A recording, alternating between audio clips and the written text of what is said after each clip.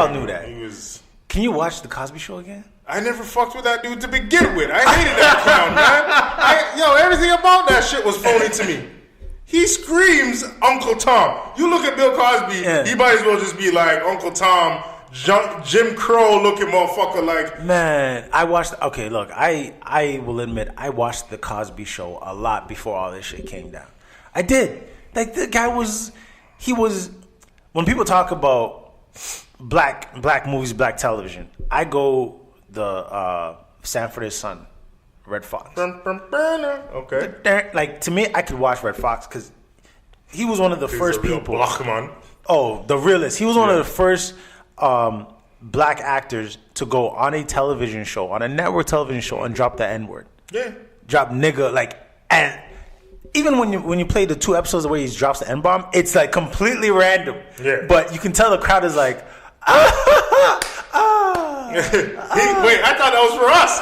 And all the honkies in there, I thought this was for us. Yeah. Sorry, my apologies. All the white people said this is for us, right? Like, you know when you could tell, like, they got the audio, like, for the crowd reaction, right, or the people that laugh. Laugh track? The laugh track? Yeah. No, this was no laugh track. No. People were like, should we laugh? Like, I don't know. But it's Red Fox. Mm-hmm. In terms of, like, TV, Bill Cosby, The Cosby Show. I won't say Bill Cosby. The Cosby Show. No, you got to say Bill Cosby. The show's named after his last. You know, Family Matters, A Different World. Yeah. A Different World. You have to put it up. Shout out to Jaleel White, family. Come on, shout out to Urkel. The Urkel, the original OG. Yo, like, shout out, dog. I hope you got Laura. I'm sure he did. I hope Stefan didn't win. It had to be Urkel. Man. It had to be Urkel. You got to be bigger than Stefan. And if for you 90s babies, just do yourself a justice and a solid justice and go and watch some episodes of Family Matters. 100%. And then obviously it's Fresh Prince of Bel-Air. And you know what? I'll even put in there My Wife and Kids. My Wife and Kids was a great show. Underrated. That was a great. I'll tell you a couple of underrated ones. Bernie Mac show. My Wife and Kids underrated. Yep. What's that other one? The Wayne Bros. The Wayans Bros. Oh, with Sean and Marlon. When they're in the when they were living with their pops. Yeah. And they were running a hotel. Something like no, that's Jamie. That's Foxx. the Jamie Foxx. Yeah. Jamie Foxx show was good too. Jamie Foxx was good. Yeah. I wouldn't say underrated. I think people got onto that one. Smart Guy. Do you remember Hang Time? Yeah, Hang Time. Hang Time was huge. I remember Hang Time was huge. Oh, man. Remember that one at Hanging with Mr. Cooper? That was another one. Yes, Hanging with Mr. Cooper. And The Smart Guy. I enjoyed The Smart Guy. Yeah. I did. Sister. Sister was a big one. That introduced me to Marcus Houston. Yeah. That was a big one. When they were, IMX or something like that? It was, oh, yeah, I can't remember. Yeah, IMX before he had his solo thing. Yeah, I remember. Don't laugh at me. This shows my age. I remember when they came out with this song on My First Time. Yeah, everybody remembers that. Anyone who's black, that's our age and our generation. Yeah. My very first time. That was... Wow. Chris Stokes, he was raping them little boys. Yeah. Chris, why you gotta do that, man? I mean, I know they're little cute black boys, but come on, dog. Shit, man. Like, them boys were looking too pretty. Then B2K came and I was like, that's a rap. That's a rap. He's pumping. Yeah, he pumped Rasby. Is that his name? Rasby or whatever? Okay, that's Rasby, yeah. The cute, the round face. The little sweetie with the body? Yeah. Although I didn't fuck with those guys, you know? I wasn't about that life. Because them times we were hardcore. Although I hated 50, but we were hardcore then. We had to be hard. Couldn't be going around the block saying you like B2K and whatnot. No, but you were a Dipset fan. You like Cameron. Come on. Yeah. We didn't like Killer Cam. You like Killer Cam. I remember. Come on. I remember. Who am I? Yo, shout out to Dipset. Shout out to Killer Cam. I think when I look back at, like, let's stay in 2001. Mm-hmm. So 50, Ja Rule was still on his way up. Yeah, he was still a thing. Towards the end, about say midway of the early 2000s, around 2005, that's when Dipset showed up. Do you think before that? Yeah, I'm saying, but they were like established by then. By 2005, Jim Jones was making an album at that time. Bowling. What do you think it was one single thing that kind of like deterred people off of that gangster rap, and it became this new, I guess you could call it trap music, drug music? I wouldn't even say that yet, because then they got into like the whole emo hip hop and all that. Like, yeah. You know, let me think about my feelings hip hop. That was Drake. Drake did that. I mean, nah, man. You got Cudi. Well, yeah, you're right. Drake. No. Okay. You want to talk about Kid Cudi?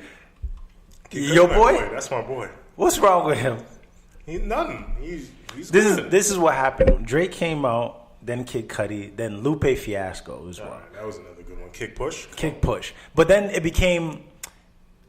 We kind of went away from this gangster rap into this more like nerd culture became you could popular. 50 for that. I'm gonna tell you the truth. He oversaturated the market. Oh no, he did. By the time he did, around the time he did Curtis. Yuck. Yeah, that album was not good. Say it was nasty. That album wasn't good. It wasn't a good album. He had a couple of bangers on it. He had Piggy Bank. That was a good song. Tickety clank, tickety clank. The money goes into my and baby. the music's whack. That guy he was done. Reason why, and here's the thing. The reason why 50's tried so hard to maintain his niche. He's like, yo, I'm not changing. This is who I am. I'm 50. But the thing is, Kanye and other artists started to adapt to the demographic. That was the game changer. Yeah. It was Kanye. Louis Vuitton Don. Yeah. I'm not even talking about Kanye later. The Louis Vuitton Don Kanye, the one that we've all grown to love, the one that makes it hard for us to say, dog, did you really say slavery was a choice? Yeah. Damn, man, I fucking love you, dog, but you gotta shut up. That was when he dropped Jesus Walks. Yeah. That same time. Blood Diamonds. I was like, Diamonds Are Forever. Like, Diamonds Are Forever. You had us thinking. I'm not saying she a gold digger, but she ain't messing with no He knew how to get us thinking. Yeah, he got us up. He did. Then he brought in that video, that Jesus Walks video, what's her name? Her daughter from talking about black films, Girlfriends.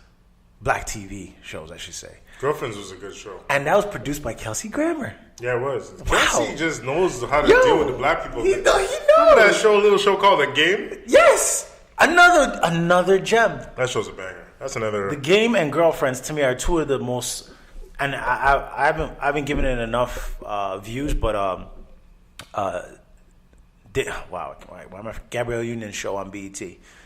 Oh, Being Mary Jane. Yeah, I love that show. I haven't even finished season 1 yet. I'm taking my time. Like I watched one episode like 2 weeks or something. It just makes you learn. That's what I'm afraid of. You just learn. Yeah, you learning, huh? I just learned. I learned it. Yeah. And I just know how to just deal with the certain things differently. I feel like black films do that. Yeah. What do you think is the big renaissance now? Do you think people are noticing black culture is like the wave, or has it always been that way and people are just taking their time? It's always been that way. I agree. Since the days of like the 80s, yeah, black culture became a thing. Since the late 70s, I would say, black culture became a thing where no longer white America, and white cultures could ignore anymore. Yeah. Like you see all those people, you see the transition with the hairstyles, clothing, the way they were functioning, the whole rebelliousness that they were doing. Even when you look as far back as rival gangs, like street gangs in New York, Chicago, like all them dudes that were trying to bang and clang, they were doing that based off of what they saw with black people. Yeah, you can say that. You know, like watching that movie, which I watched like literally last week, The Warriors again. Yeah. All that shit was just based off of like stuff you'd see black people doing. Yeah. And I get it, because black people are the dopest dope, but it's just like seeing all that and thinking to yourself, yo, why y'all hate so much if all you're striving to be is an elevated version of us? Like, it seems like all you want to do is take what you see and be like, well, this is how I implement it in my day-to-day life. See, I think it's always it's easy to cheer for the underdog because you know they're not going to win. And I think for decades now, we've been the underdog, and people have always been cheering for us to succeed. And when I say us, I mean, black culture. Okay. But in my opinion, now, we're not the underdogs anymore. How are we succeeding, though? I think the black community, black culture has put themselves on a map, so to speak, for white America, or, whatever you want to call it, to have to take notice and have to say, yeah, Billy, this is a great album, but Zach and his boys over there, man, they got choreography too. Can y'all dance? No, but we have a guitar. well, they got a DJ and some Dolo lights. So, Yeah. what are y'all bringing to the table? Like, exactly. They already have, two high schools ready to promote their shit. Y'all just coming us with your SoundCloud account. That's it. I think the hustler mentality really has pushed the black community and the black culture further because we just want it more. But the reason why we want more is because we never had it. No, we never had it, but I just think going back to why it's a thing to mimic and want to be the black style, just look at the things we do. And I'm not even trying to toot our horn as like, yo, black people are so dope, but even though we are. I'm more saying it like, think of like the way we carry ourselves in terms of dressing. Mm-hmm. Everybody's all about women and ensembling. Yo, black men have been doing that since the beginning of time. Oh, shit, yeah. Oh, yeah. There was those, even slaves. I just want people to look at, just go to any black church. Any black church. And tell me if everybody is not color coordinated down to the fucking socks. It's a serious thing. Yo. Like, you talk about all these fashion designers and all these people, like, you look at the stuff they've taken draw from. Mm-hmm. It's all African tribal stuff. Oh, yeah. A lot of it is, yeah. Like, you look at this thing like Versace. Mm-hmm. I don't care what no one tells me. Like, you look at those colors, uniquely distinctive to anything I've ever seen tribal-wise on an African garment. Yeah. Even the color schemes, even the way they put it together, matching like the highest end shirt and blouse or whatever for Versace, matches that of a king or queen of an elite tribe. I can't say because I don't know the names, but it's just funny to me. Like, you'll see that and like, man, I gotta get that Versace though because that white dude knows how to do it right. But yeah, he's the one looking at all these stuff on National Geographic and going, yo, nobody's gonna know about this, but this is dope. This is fire. All right, that's all I'm saying, man. Like, they all try to play it like, nah, you guys are all right, but we did this and we do it better. No, you don't. Well, I think for me, like, and that's why I make more of an effort now to support black-owned businesses. Oh yeah, because I'm not gonna pretend like I haven't watched videos, but I've taken notice of the Jewish community and how they've risen to power, and it's all been through support of each other. 100%. And I think for me, I look at it like, okay, so if we're here now and we have this much influence over business and social media, where are we going to be in 20-30 years from now if instead of going to the grocery store owned by Umberto and his Italian brother, I go to the small little market run at the flea market by a black couple ran by Tyrone who's just trying to fuck your wife. That'd be the downfall to going to Tyrone, and he'd be like, "Oh, that's your girl." That's it. Yeah. Stop looking at Tyrone. I just want some tomatoes, as he man. hands her the roast, and you get like a little loaf of bread. I'll take it. Fine, whatever. If you want to fuck my wife, that's fine. Listen, Tyrone, I'm just here to get some potatoes. Stop looking at my wife's buns. Go eat your cornbread. There's another black film, Life. There you go. Shout out to Eddie Murphy. Eddie Murphy, Martin Lawrence. Anything Eddie Murphy go watch. Well, I lied. Don't say that. I take that back. Not Pluto. No, but watch all the Nutty Professors. Yes. Watch Coming to America. Just stop at 96. No, you can go up to 2001. He did Daddy Daycare. That was a good film. That movie was horrible. I liked it. Yuck. I enjoyed it. Did you say that with Hana? With Hana? No way. 1996. That's where you stop his catalog. But no. Okay, here, I'll give you this. My top 3 Eddie Murphy films. And I guarantee you I know where it's going to stop. Go ahead. Coming to America. Okay. 48 Hours. 80s. Damn. Beverly Hills Cop. 80s.